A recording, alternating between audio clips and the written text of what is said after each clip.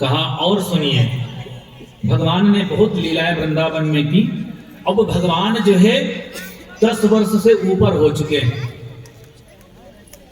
एक दिन नारद जी ने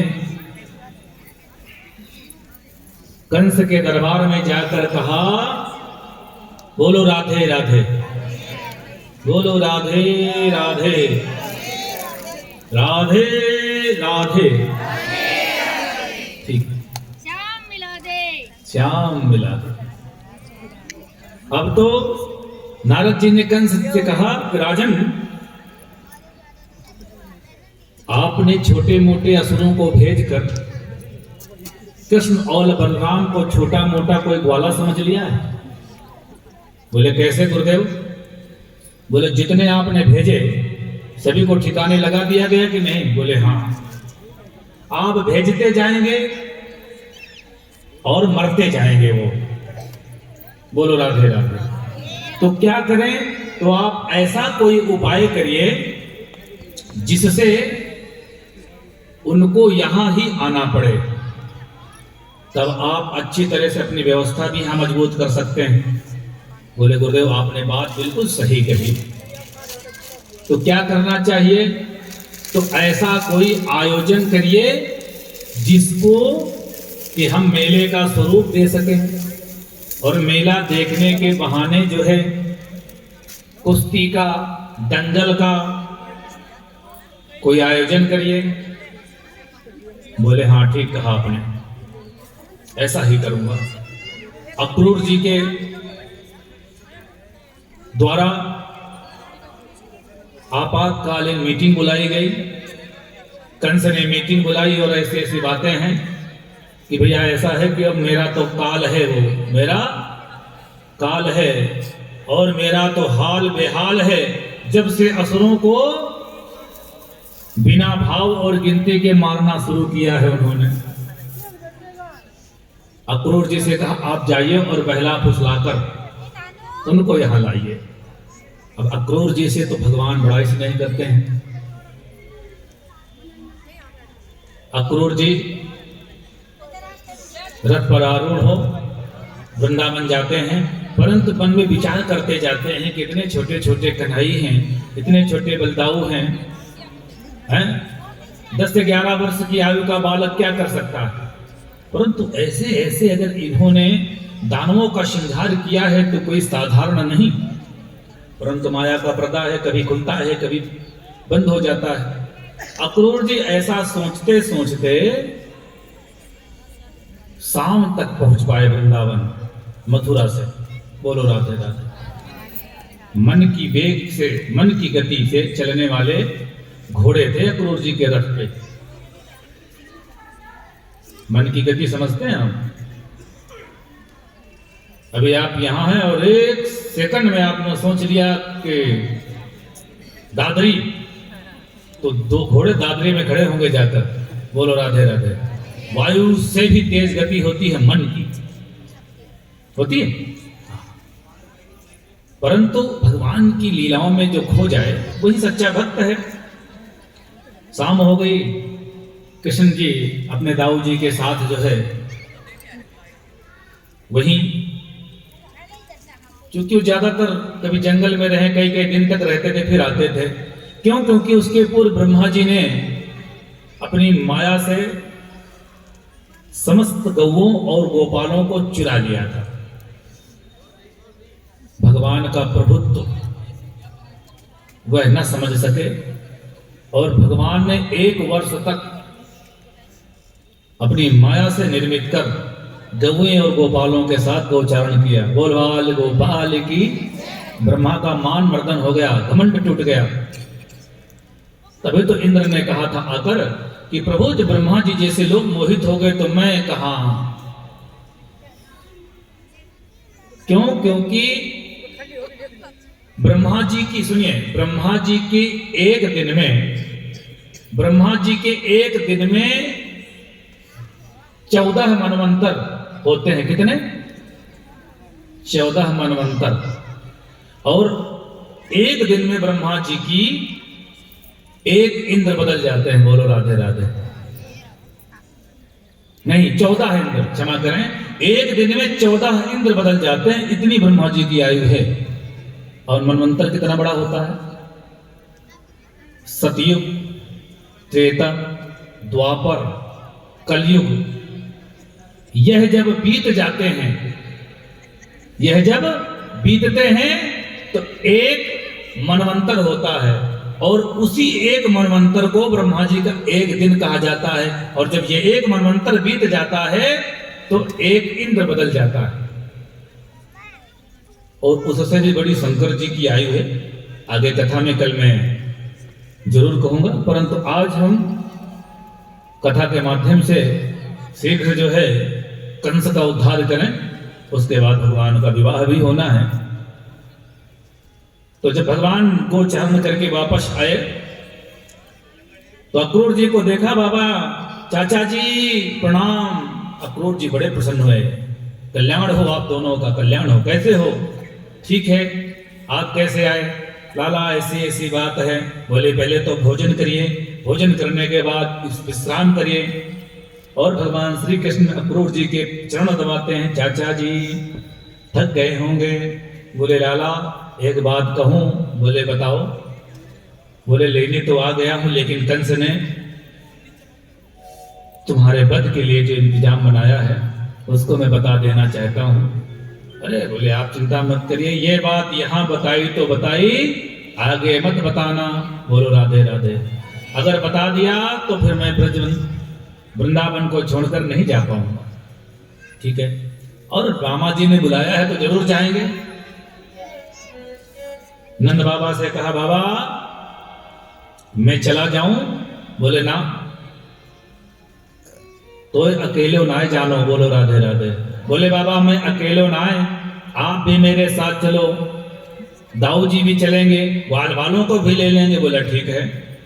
सुबह रथ तैयार हो गए। जब गोपिकाओं को यह बात पता चली तो रथ के आगे लेट गई आकर। भगवान ने समझाया कि आप चिंता मत करिए, मैं वापस आऊंगा। परंतु भगवान श्री कृष्ण तो ये कहते हैं कि मैं वृंदावन से तो कभी जाऊंगा ही नहीं, और भगवान वृंदावन को छोड़कर कहीं नहीं गए। ये तो उनकी माया है कि भगवान को अब चूंकि माया है तो माया के अनुसार उन्होंने जो अवतार लिया है, जिस हेतु के लिए अवतार लिया है उस हेतु को पूरा करना ही पड़ेगा। रथ पर आरूढ़ हो गोपियों को समझाते हैं। गोपिकाएं विरह में रोती हुई बोले आज जाऊंगा, कल मेला देखूंगा, परसों चला आऊंगा।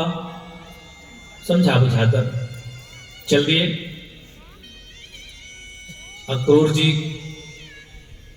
जब सामने दिखते हैं तो गोपिकाएं कहती हैं, बाबा तेरा नाम अक्रूर नहीं होना चाहिए, तेरा नाम क्रूर सिंह होना चाहिए। बोलो राधे राधे। तूने क्रूरता का कार्य किया है हमसे गोविंद को अलग करके। अक्रूर जी मन में पीड़ित होते हैं, परंतु क्या करें, वायुवेग से शीघ्र यमुना के किनारे किनारे दौड़ने लगते हैं। अक्रूर जी ने कहा, लाला मैं तुम्हें यमुना स्नान कर लूं? बोले कर लो, हम तो नहीं नहाएंगे। अक्रूर जी यमुना में स्नान करते हैं और क्या सोचते सोचते कि छोटे छोटे बालक हैं, इनको ले जाकर कहा मैं मौत के मुंह में ले जा रहा हूं। मानो भगवान तो रथ में उस रूप में बैठे हैं और उसी रूप को यमुना के अंदर जो है अक्रूर जी को दर्शन दे देते हैं। अब तो अक्रूर जी समझ जाते हैं कि ये कोई साधारण नहीं। प्रार्थना करते हैं कि नमस्ते वासुदेवाय सर्वभूतक्षयाय च ऋषिकेश नमस्तुभ्यं प्रपन्नम पाहि मां प्रभु। प्रभु आपकी लीला तो परंपार है। भगवान मथुरा में प्रवेश करते हैं और मथुरा में जब वहां की गोपिकाओं को पता चला तो सभी दौड़ के जो है एक दूसरे से कहती हैं कि दौड़ो रे दौड़ो, देखो वृंदावन को चोर आयो है। बोलो राधे राधे। और इसकी छटा इतनी मनोहारी है कि सभी देख लो। और भगवान की एक झलक पाने के लिए भगवान जिसकी ओर देख लेते हैं वह गोपिका तो समझती है कि मेरे तो भाग्य खुल गए। बोलो राधे राधे। वही उससे कहती है, अरे देख लाला ने तो मेरी तरफ देख लिया। अरे दूसरी कहती तेरी तरफ नहीं मेरी तरफ देखा है। अरे बोले हम सभी की तरफ देखा है इसने, इतनी चितवन इतनी सुंदर। लेकिन भगवान श्री कृष्ण सभी को ऐसे ही देखते चल रहे हैं। तिरछा मानो वे कहना चाहते हैं, जिस क्या की रही भावना जैसी, प्रभु मूरत देखी तिन तैसी। सभी का हिसाब किताब तो मैं उसकी भावना के अनुसार करूंगा। और गोपिकाओं के मन में भगवान बस गए, परंतु ग्वाल बाल नाराज हो गए। बोलो राधे राधे। मुंह फुलाकर तो कन्हैया ने कहा, रे तुमको क्या हुआ? बोले कन्हैया तूने हमसे ये ना बताओ कि वहां इतनी सुंदर सुंदर युवतियां दिखेंगी हैं? कपड़े लगते तो देख गौ में चरा करा रहे थे, ये सब लकुटी हीर कमरिया में कैसे देखेंगे बता।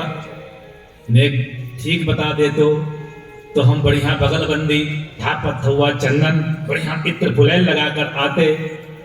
ये तो सारी तोय देख रही हैं हमारी तरफ तो ये देख रही हैं कि कुर्डी उठा लाओ। बोलो राधे राधे।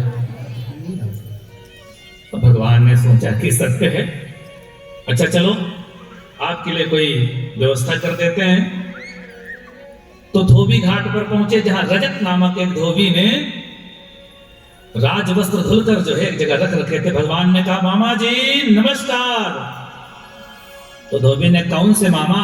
अरे बोले यहाँ के कृष्ण राजा जो है कंस, जो हमारे मामा हैं, इस नाते तो ये हमारा मामाना हुआ। और ममाने में तो सभी मामा और बूढ़े नाना बूढ़ी नानी होती हैं। तो क्या चाहिए? तो नेक जो एक काम कर दो, ये कुछ अच्छे अच्छे से वस्त्र हैं, हमारे गोपी ग्वालों को दे दो, हमारे ग्वाल बाल पहन लेंगे, इससे इनका मान बढ़ जाएगा। तो क्या कहा उस धोबी ने कि एवं विकथ्यमानस्य कुपितो देवकी सुतः। जब रजक नामक धोबी ने कहा कि नित्यम गिरि अहो अस्त्र संस्था नित्यम गिरि वने चराह, गौओं को चराने वाले ग्वाल बाल तुम राजाओं के वस्त्र पहनोगे। भगवान ने जब ये सुना कि धोबी के भाव भी कुछ ज्यादा बढ़ रहे हैं, बोलो राधे राधे। एवं विकथ्यमानस्य कुपितो देवकी सुतः रजकस्य कराग्रेणा सिरः काया दपातयत्। जोर का एक चमाटा मारा कि उस धोबी की गर्दन कटकर बाहर गिरी। बोलो राधे राधे। अब तो भैया धोबी घाट में हाहाकार मच गया। ओहो, कंस ने तो ठीक बुला लो महाराज, इसने तो अपना काल बुला लिया। बोलो राधे राधे। ट्रेलर तो इसने यहां दिखा दिया, पिक्चर तो अभी वहां बाकी होगी। जो लोग डर रहे थे कि छोटे से बालक हैं, आज जब रूप देखा कि एक चमाट में रजक धोबी जो है देखो नीचे पड़ा है। ग्वाल वालों से कहा पहन लो कपड़े, तो सभी ने बढ़िया कपड़े पहन लिए, जो जिसको आए चलने लग गए। परंतु जब वो चले तो ग्राम सिंह उन गोपी ग्वालों के साथ चलते थे। बोलो राधे राधे। ग्राम सिंह मतलब कुत्ते। अब वो भौंके इसलिए कि अब उनके जो शरीर में कपड़े थे वो पूरी रास्ता साफ करते चले, बड़े बड़े पूरे नीचे से ऊपर। बोले लाला ये तो तने छोरी बाबा बनाए दो। बोलो राधे राधे। इससे तो पहले वाले कपड़े ठीक थे, हैं? कुत्तन से तो और कटवाओगे। बोलो राधे राधे। बोले फिर? बोले नेक सो काम कर दे, कोई दर्जी टेलर को चल दुकान में इनको थोड़ा फिट कर दें। तो एक दर्जी था जो पूर्व जन्म में मिथिला नगरी में सीरत ध्वज की आज्ञा से राम के भाइयों को जो है कपड़े सिले थे, और ये मांगा था उसने कि हम पुनः जो है भगवान के दर्शन करना चाहते। आज वो दर्जी यहाँ पर, तो भगवान ने कहा कि भैया नेक एक काम कर दोगे? बोले बोलो। बोले कपड़ा थोड़ा सीन दे। 5 7 10 लोगों को जल्दी से लगाकर सभी ग्वाल वालों के कपड़े बढ़िया फिट कर दिए। तो बढ़िया कपड़े मांग ले, क्या मांगता है? दर्जी ने हाथ जोड़कर कहा मैंने तो देख ही चुका हूं, भी क्या दिया है आपने? बोलो राधे राधे। मुझे कुछ ना चाहिए। बोले फिर तो आशीर्वाद ले ले, तुम कलयुग में खूब फूलोगे फरोगे, तो देख लीजिए। 700 का कपड़ा है तो 750 सिलाई होगी। बोलो राधे राधे। राधे राधे। उनकी कृपा से दर्जी खूब फल फूल रहे हैं।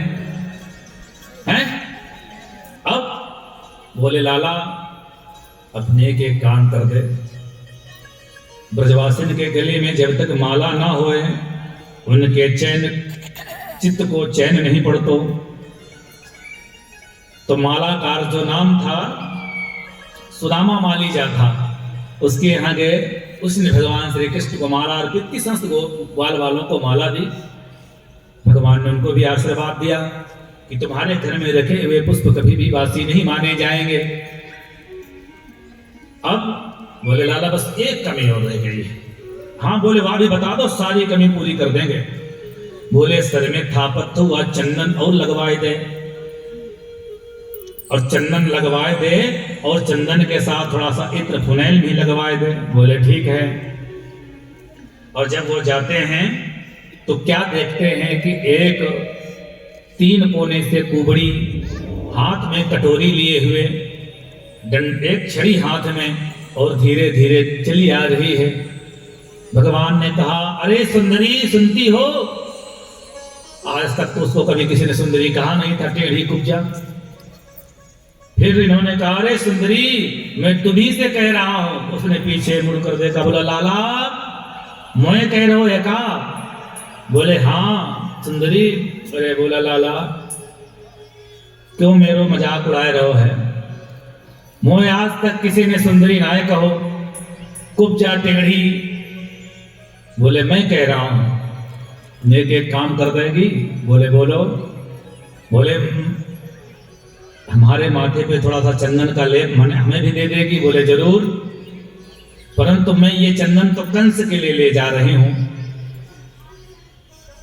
दास्यास्महं सुंदर कंस सम्मता तिवक्त्रनामाह्यनुलेप कर्मणि मदभावितं भोजरतिपते प्रियं विना युवां कोन्तमस्तदर्हति।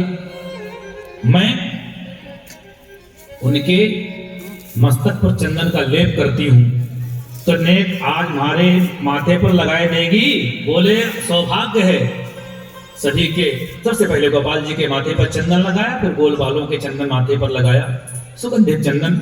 आहा खूब खुश हो गए ग्वाल बाल। और श्री कृष्ण भगवान ने कहा अब तो एक आदम बता। तो सैरन जो कुब्जा थी उसने कहा लाला मैं कछु ना चाहिए, अगर तू सच में कुछ दे सकता है तो मेरी विपत्ति हर दे। तो मानो गोपाल जी ने कहा कि अवश्य। गोपाल जी ने उसकी दाढ़ी में हाथ लगाया, अपने पैर के अंगूठे से उसके पैर का अंगूठा पकड़ लिया, दबा दिया। बोलो राधे राधे। अब तो बलरा दाऊ जी ने कहा लाला देख लिए वृंदावन नाए।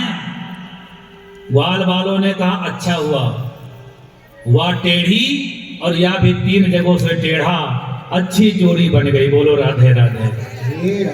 और आप दाऊ जी ने तो मुंह उधर घुमा लिया, और इधर ठाकुर जी ने जोर का एक झटका दिया कि उसके कुब्जा रूपी जो पीड़ा थी वह दूर हो गई।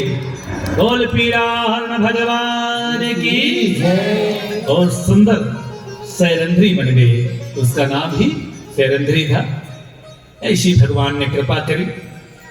आगे कंस ने 10,000 हाथियों के बल को रखने वाले कोलिया पेड़ को दरवाजे पर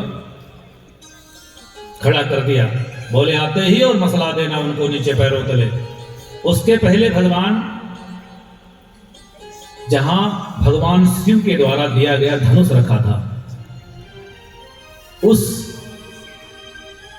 जगह पर जाते हैं और सैनिकों को पीटते मारते हैं। तो सैनिक कहते हमारे पीटने मारने से क्या होगा, इस धनुष को आज तक कोई हिला नहीं पाया। बोले अच्छा। तो दाऊ जी ने कहा लाला नेक अपनो ताकत दिखाए दे, या धनुष उठाई के। और लाला ने एक हाथ से धनुष उठा लिया और उसी धनुष से सभी की पिटाई करी। बोलो राधे राधे। तो समस्त सैनिकों ने दौड़ के जाकर कंस से कहा, राजन वह धनुष तो उन्होंने उठा लिया, तो अब तो कंस की सिट्टी पिट्टी गुल हो गई। बोलो राधे राधे। उसने कहा कि बाबा ने कहा था कि धनुष किसी पे उठेगा नहीं, और जिसने उठा लिया, पहली बात तो धनुष किसी से टूटेगा नहीं, और जिसने जो तोड़ेगा वो तुझे नहीं छोड़ेगा। बोलो राधे राधे। अब तो दरवाजे पर आते हैं जहां कोलिया पीड़ रहता है। महावत ने उनकी तरफ हाथी दौड़ाया, भगवान जमीन पर गिर गए, परंतु हाथी के प्रहार से अपने आप को बचा लिया और एक जोर का मुक्का उसके सर पे मारा हाथी के। गोविंदाय नमो नमः। कोलिया पीड़। अब तो महाराज हाहाकार मच गया मथुरा नगरी पर। कंस ने जब सुना कि कोलिया पीड़ को एक मुक्के से मार दिया, एक दांत जो है उसका तोड़कर अपना हाथ में रखा और एक दांत दाऊ जी ने कहा मेरी ओर फेंक तो लाला। अब जो सुताई करी सैनिकों की, जो पिटाई करी महाराज, मैया मैया कह के सभी भागे, और आकर वह कंस के जो अखाड़ा था, दंगल जहां हो रहा था, वहां आकर खड़े हो जाते हैं और वहां मल्ल युद्ध हो रहा है। और मल्ल युद्ध में प्रवेश कर साते हैं मल्लशाला में, जिसमें चारूढ़ को भगवान एक मुक्के में जो है गोविंदाय नमो नमः सबसे पहले, उसके बाद मल्लानां सरिनृणां नरवरः स्त्रीणां स्मरो मूर्तिमान् गोपाणां सजनो सतां क्षितिभुजां शास्ता सुपित्रे शिशु। मल्ल नामक पहलवान ने कहा ये तुम बालक हो, तुम क्या लड़ोगे? तो भगवान ने ताल ठोकर कहा देख लेते हैं, और एक हाथ से एक को, दूसरे हाथ से दो को, महाराज सभी पहलवानों को धूल चटा दी। अब तो महाराज नंबर आ गया किसका? कंस का। और कंस को भगवान ने उसके सिंहासन पर बैठकर हंसते हुए देखा, तो उसके केसों को पकड़कर खींचकर नीचे गिरा दिया भगवान ने। कहा याद कर अपने कुकर्तियों को, और भगवान ने जोर का एक मुक्का छाती पर मारा। कंस ऊपर गया। बोल कंस वरदन भगवान की। उग्रसेन जी को देवकी